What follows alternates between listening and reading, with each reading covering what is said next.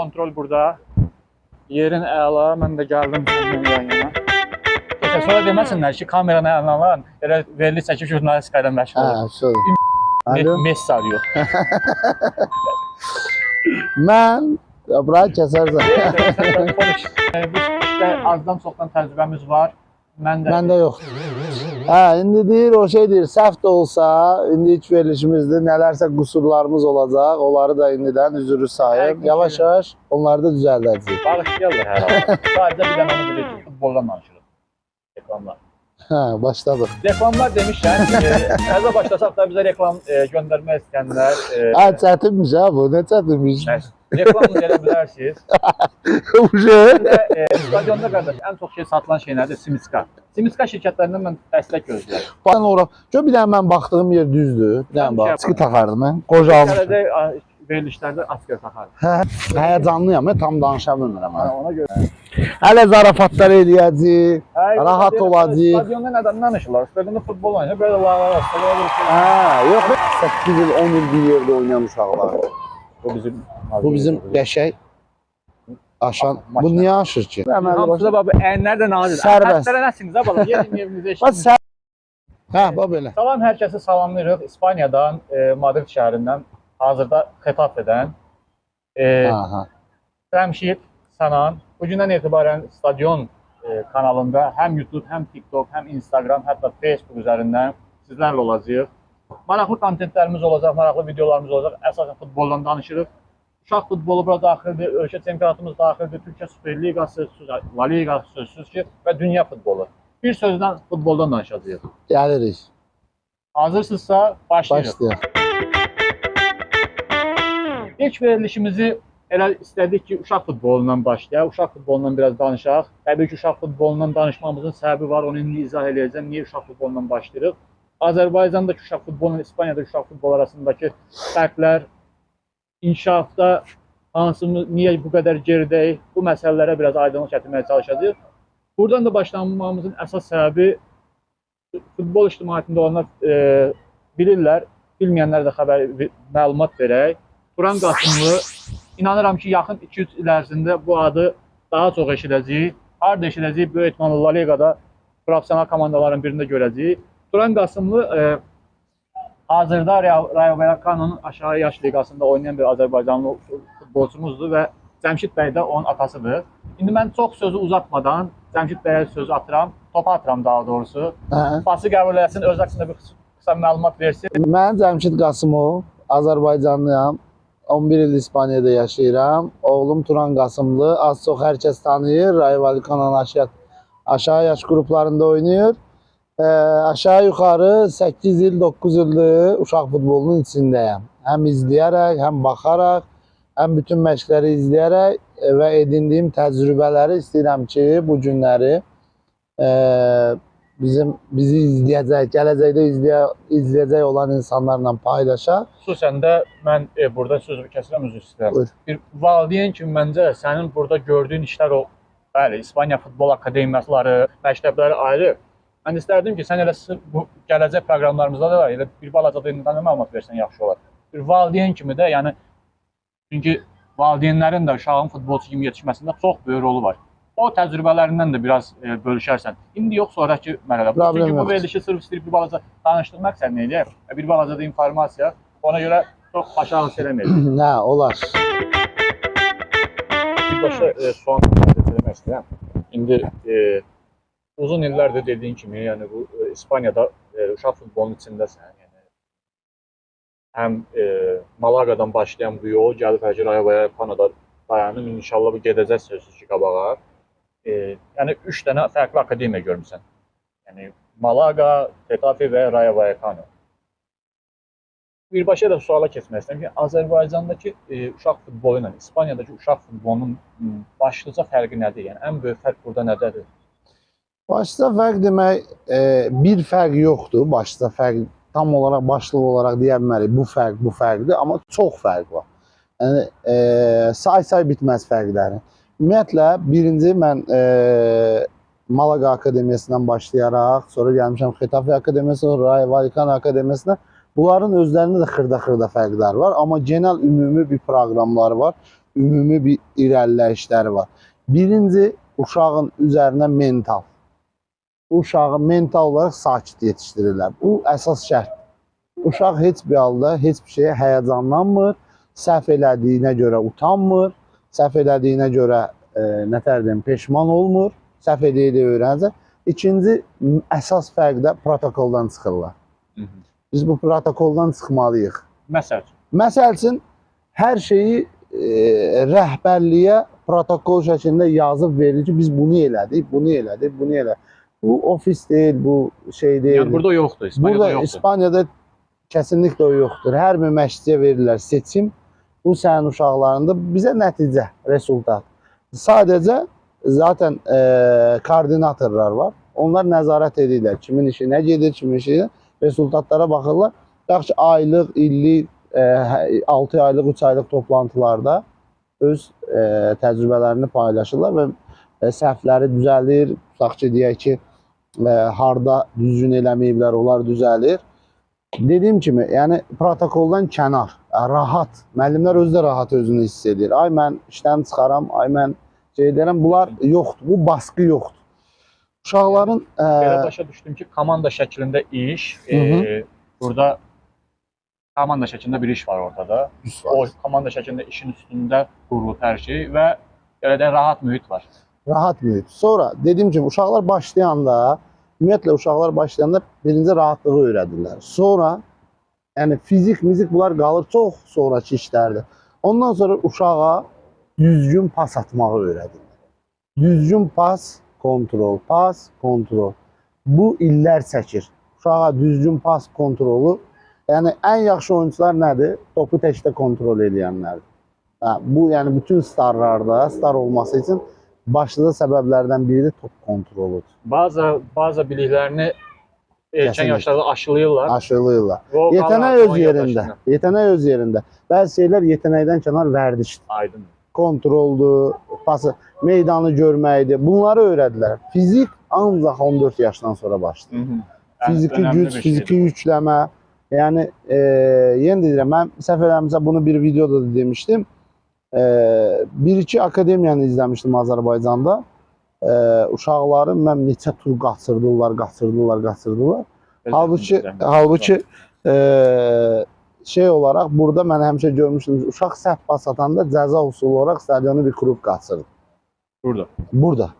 Məsələn, Xetafe Akademiyasında onu görmüşdüm ki, uşaqlar səhv pas atanda, yəni gecişdirəndə pası və cəza usulu olaraq stadionu bir tur qaçırdı. Amma sonra gördüm ki, Azərbaycanda bu məşq usuluymuş. Bax, təməl səhv var. Aydın. Buna görə də əgər səhv varsa, binanın düzgün inşa mümkündür. Bu aydın məsələdir ki, mentallıq, təməl bazanın düzgün inkişafı bu. Bəs yaxşı, ekonomiya, yəni maliyyə, bu işin harasındadır? İspaniyada uşaq futboluna çoxmu maliyyə ayrılır akademiyalar? Yəni bizdə deyirik, xaricdə bu qədər pullar xərclənir, bu qədər belə şey. Bu həqiqətən doğrudur mu? Yəni burada o qədər pul xərclənirmi, yəni o cür oyuncuların yetişməsində? Yoxsa təməl dediyin kimi bazılara müəyyən büdcə ayrılır, deyir ki, bu büdcə sənindir. Bu büdcə ilə nə edəcəksə budur. Ondan əlavə deyil. Bundan mən yenə də dediyim kimi də mən tam olaraq durub onun buğalteriyasını şey edəməm. Ümumi fikirlərim var. Yəni danışdığım insanlar var, koordinatorlar var, məşqçilər var. Sadəcə məşqçilərin maaşını klub verir. Aha, aydın. Yəni fantastik maaşlar da yoxdur. Yəni belə deyək də 2000, 3000, 4000 civarında məşqçi evro civarında kateqoriyasına görə dəyişir. Yəni Azərbaycanda kifayət qədər məşqçilər aşağı yaş qruplarında 700-800 manat, 1000 manat. Azərbaycan standartlarına görə normal puldur. Amma yenə deyim, uşaqlar üçün sırf nə isə ayırmaq, pul vermək elə şeylər yoxdur. Hamısı 14-15 yaşdan sonra. Çünki onu pula alışdırsan zaten 14 yaşından sonra. 14-15 yaşından sadəcə bunların formalarıdırmı, ayaqqabılarıdır, topdur, onları təmin edirlər. Bu da yəni hər il bir dəfə olunan bir şeydir. Çantası, kurtkası, belə şey, məşq ləvazimatları. Bəzi şeylərdə klub təmin edir, onlar da illərlə gedən şeylərdir. Top, nə bilim, orada kono deyirlər, şeylər qoyurlar. Bizim fişkalar. Nəhaysə, hər il yırtılan bir şey deyil ki, 10 il gedən şeydir. Ona görə yəni Yəni kim deyir ki, onlar böyük büdcələr alır, elə bir şey yoxdur. Sadəcə düzgün strategiya, düzgün seçim və kiminsə uşağına onlara baxmırlar. Hə, yoxdur. Hə, bu Afrikalıdır, bu Azərbaycanlıdır.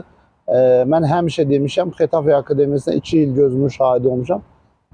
Turanın məşqçisi oğlunu kəsib Turanı oynadı. O yaxşı prinsipdir. Təbii ki, Hə. yəni ilk harda istedadı olan, qabiliyyəti olan, təbii ki, tək futbolda deyil, hər sahədə olduğu kimi, yəni o haqq eləyənə haqqını vermək söhbətidir. Bu adam əgər onun Kesinlikle. istedadı onu əldə verirsə, o birisi oyunculardan daha üstünsə, yəni onu ehtiyatda saxlayıb düzgün bir şeydir. Orada inkişaf ola bilməz. Yəni uzun illər bizim bəlkə də Azərbaycanda futbolun ən çəkdiyi ən böyük əziyyətlərdən biridir.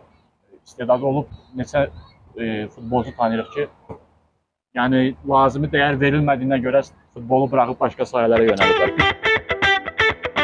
Mən Azərbaycanda şey problemini görürəm. Yəni 15 yaşa kimi super gəlirlər. 15 yaşdan sonraki problem nədir?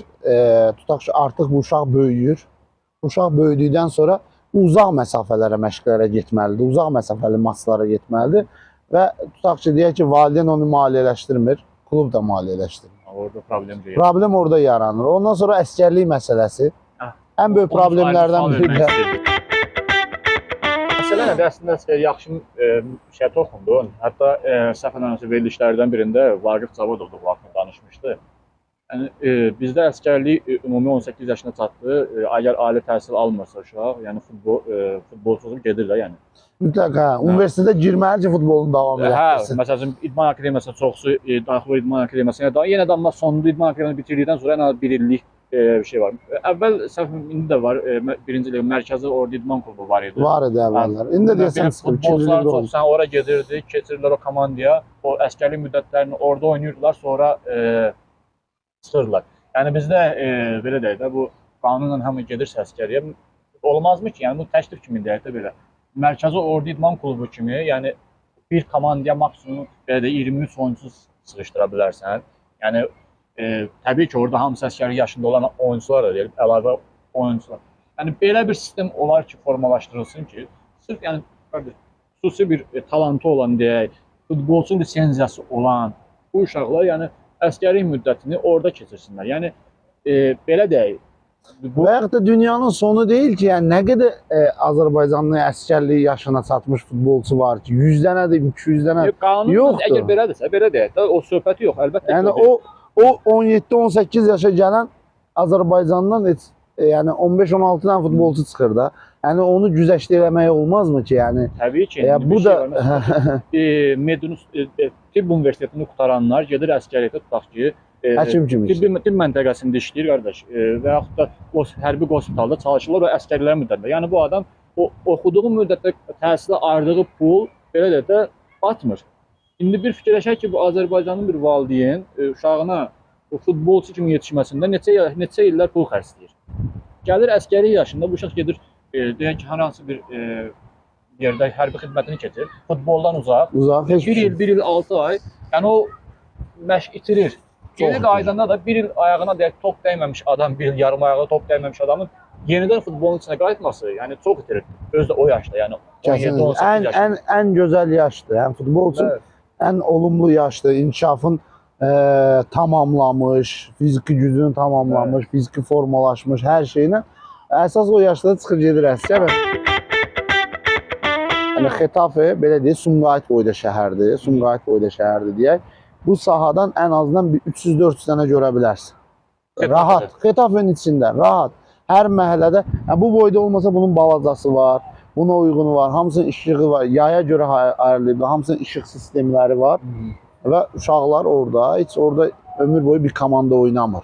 Amma uşaqlar özləri gedirlər yayda orada. Məsələn, deyək ki, Xetafedə oynayan gəlir, Atletik Madriddə oynayan gəlir, Real Madriddə oynayan. Tətil müddətində həmin orada bir yığışırlar, özləri üçün komandalar düzəldirlər, oynayırlar və çox inkişaf edirlər orada. İlk verilişi məncə qısa kəssə yaxşı olar. Gələcək verilişlərimizdə nələr gözləyəcək, onu anons kimi sizə təqdim edəcəyik. Turanı da yaxından tanış olasınız. Çəkə bilərik. Verilişimiz ondan olacaqdır. Cəmşid müəllimin, mən adı deyirəm, veriliş xətrinə bu gün müəllim deyirəm. Cəmşiddir. Cəmşid deyirəm. Cəmşiddir. Xüsusi sürprizlər olacaq. Mənim özüm xüsusi sürprizlərimiz olacaq sizə. Müəyyən oyunlardan yenə də qeyd etdiyim kimi, istər burada Real Madridin, Barcelona'nın, digər futbol klublarının oyunçuların formasına qədər, çalışdığımız qədər hətta imzalı formaları da təqdim edə bilərik. Bəzi akademiyalardan canlı çəkə bilərik və ya video şəklində çəkib paylaşa bilərik. Xüsusi qonaqlarımız olacaq. İstər burada dünya futboluna tanınmış ulduzlar olsun, məşqçilər olsun və digər şeyləri. Siz bizi izləmədə qalın. YouTube kanalımıza xüsusən abunə olmağı unutmayın. TikTokda, Instagramda, bütün platformalarda. Bundan başqa, yəni 2 və ya 3 tanınmış FIFA menecerləri ilə Bəli. söhbətlərimiz olacaq. Yəni bunun İspan variantı da olub tərcümə şəklində verə bilərik, İngilis variantı da olub tərcümə şəklində verə bilərik. Yəni kifayət qədər tanınmış FIFA menecerləri ilə də söhbət edəcəyik və onlara suallar da verərik ki, niyə Azərbaycan futboluna diqqət eləmirsiniz? Bəli, məncə bizdə kifayət qədər istedadlı uşaqlar var. Sadəcə yenə də qeyd elədik, küçük nüanslar üzərində məncə çalışılmalıdır. İnkişaf modeli zaten Avropada var. Bunun tətbiqi lazımdır bizə. Qeyd elədiyi kimi Cəmşidin də o qədər də geniş maliyyə ehtiyac yoxdur. Sadəcə düzgün istiqamət və düzgün strategiya lazımdır ki, məncə bunu eləmək olar. Kəsinliklə. Qısa reportajlarımız da olacaq, maraqlı rubrikalarımız olacaq. Bundan başqa bizim uşaq futbolu ilə bağlı, Azərbaycanlı futbolçuların bura gəlməsi ilə bağlı bir proyektimiz də var. Bəli, Bir proyektimiz də var. Həyata keçirəcəyik. Yəni yaxın zamanda, yəni bununla da maraqlananlar olsa inşallah, yəni bunun haqqında da geniş informasiya ayrı bir proqram biz yeni çəkəcəyik. başlamışıq, hər şey çalışacağıq həftə ərzində videolar olsun. İzləmədə qalın, qeyd edən kimi YouTube'da abunə olun, TikTok'da, Instagram'da. Stadion onu gördüsə bəyənin. Bura Və paylaşın. olacaq. Bəli, dostlarımızla da paylaşın ki, futbola maraqlananlar İzləmədə bizi izləsinlər. Hələlik. Hələlik.